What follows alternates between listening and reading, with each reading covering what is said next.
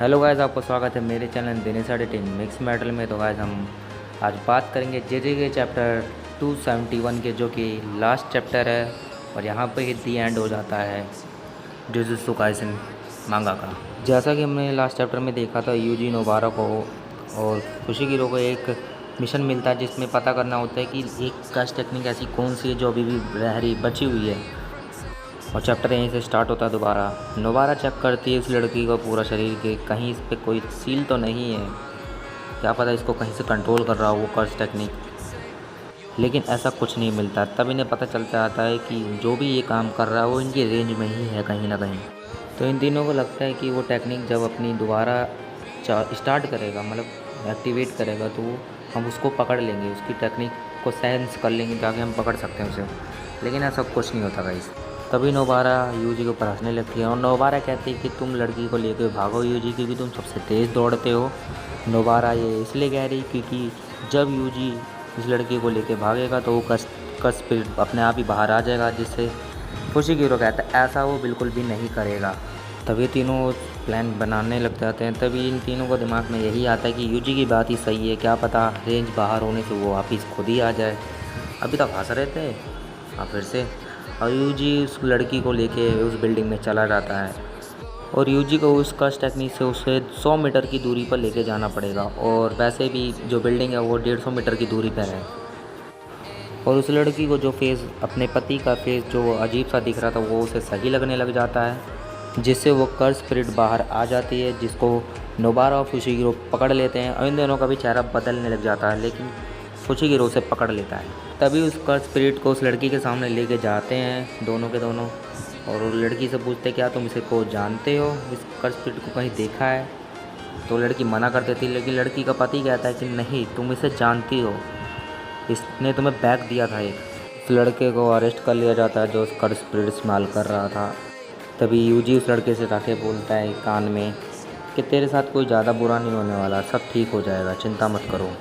तभी हमें गोजो और यूजी की कन्वर्सेशन दिखाई जाती है, जो कि फ्लैशबैक में हो रखी है, ना कि गाइस गोजो के बारे में अभी तक कुछ भी नहीं बताया, केवल फ्लैशबैक के बारे में ही दिखाया जा रहा है। सिर्फ ये नहीं कि कम से कम गोजो की बॉडी तो दिखा दे, कॉफिन तक ही दिखा दे, उसकी कबर ही दिखा दे, लेकिन कुछ भी नहीं दिखाया जा रहा गाइस। तो एक कन्वर्सेशन स्टार्ट होती है और यूजी बोलता है कि मुझे लगा कि मेरे सेंसे कासुगा भी सेंसे होंगे, मैं उनसे ट्रेनिंग करूँगा। तभी गोजो कहता है कि चिल कर, कोई दिक्कत नहीं है। और गोजो ये भी कहता है, थोड़ी सैड बातें करने लग जाता है कि मेरे जाने के बाद मेरे सारे सपने तू ही पूरा करेगा, और या अगर मैं मर जाता हूँ तो मेरे से भी आगे ज़्यादा निकल जाओगे तुम सब के सब, और तुम में से ऐसा कोई ना कोई तो होगा जो मुझसे भी ज़्यादा ताकतवर हो जाएगा और मुझे भूल भी जाएगा। तभी यहाँ पे यूजी बोलता है कि मैं आपको कभी नहीं भूल सकता गोजो सेंसे, आप आउट ऑफ कैरेक्टर बात करो। तभी यहाँ पे गोजो हंसते हुए बोलता है कि अभी भी तू बच्चा ही है यूजी। और यहाँ पे ये फ्लैशबैक ख़त्म हो जाता है और यूजी फिर से उस लड़के को कहता है कि तुझे अपनी गलती समझ आ गई ना, अब आके सब सही होगा। तभी हम इसके बाद देखते हैं माहितो और सुकुना को। ये भी फ्लैशबैक ही होगा गाइस। यहाँ माहितो बोलता है हाँ भाई सुकुना, मुझे पता नहीं था कि तुम मेरे से मिलने आओगे। यहाँ सुकुना बोलता है हाँ भाई, हमारी यहाँ पे थर्ड कन्वर्सेशन होने वाली है। लेकिन ये मीटअप हो कहाँ रहा है, ये गाइस बताया जा रहा है कि जो सोल कहाँ जाने वाली है उससे पहले की मीटअप हो रही है। ये बातचीत कर रहे, पता नहीं कहाँ जाएगी।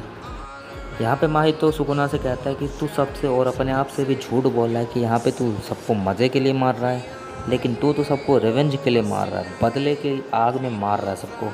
तभी सुकुना कहता है इससे क्या फ़र्क पड़ता है, मैं जैसे जीना चाहता था वैसे जी लिया। अब सुकुना का कहने का मतलब है कि मेरे पास दो चॉइस थी, एक अच्छा इंसान एक बुरा इंसान, उसने बुरे इंसान की तो चीज़ें निभा ली, और वो कह रहा है अगर मुझे दोबारा मौका मिलता है तो मैं एक अच्छा इंसान बनकर जीना चाहूँगा।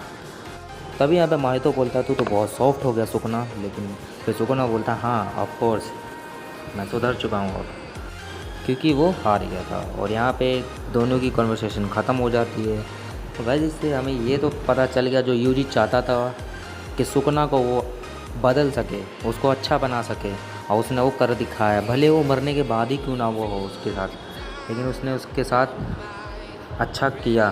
तभी हम प्रेजेंट टाइम में आते हुए दिखाया जाता है कि सारे सॉर्सर अपने अपने साथियों के साथ हैं, यूटा पांडा के साथ है और माकी के साथ है। अकारी एक लड़के के साथ है। हाँ गाइस ये लड़का है, इसको लड़की मत समझ लेना आप लोग। और लास्ट में दिखाया जाता है अपने 3 ट्रियो, मतलब नोबारा, फुशिगिरो और यूजी ददोरी। लास्ट पेज पे हमें दिखाया जाता है सुकुना की फिंगर को, जो कि वहीं पर रखी हुई है जहाँ पर वो पहले थी, लेकिन उसका गेट खुला हुआ है।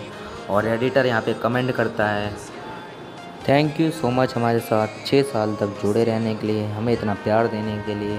और हम इसको अब 25 दिसंबर को पूरी तरीके से ख़त्म कर देंगे, मतलब लास्ट वॉल्यूम ख़त्म हो जाएगी गाइस। और यहीं पे एंड हो जाता है जुजुत्सु काइसेन मांगा का पूरी तरीके से।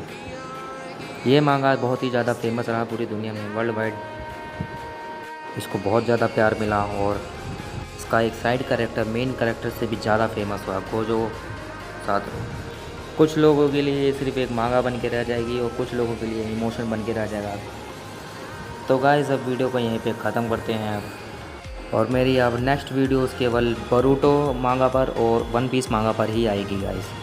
तो चलिए गाइस चैनल को सब्सक्राइब कर दे, बेल आइकन प्रेस करके, जिससे हमारी आने वाली हर वीडियो आपके पास सबसे पहले पहुँचे। तो मिलते हैं नेक्स्ट वीडियो में, अभी के लिए बस इतना ही।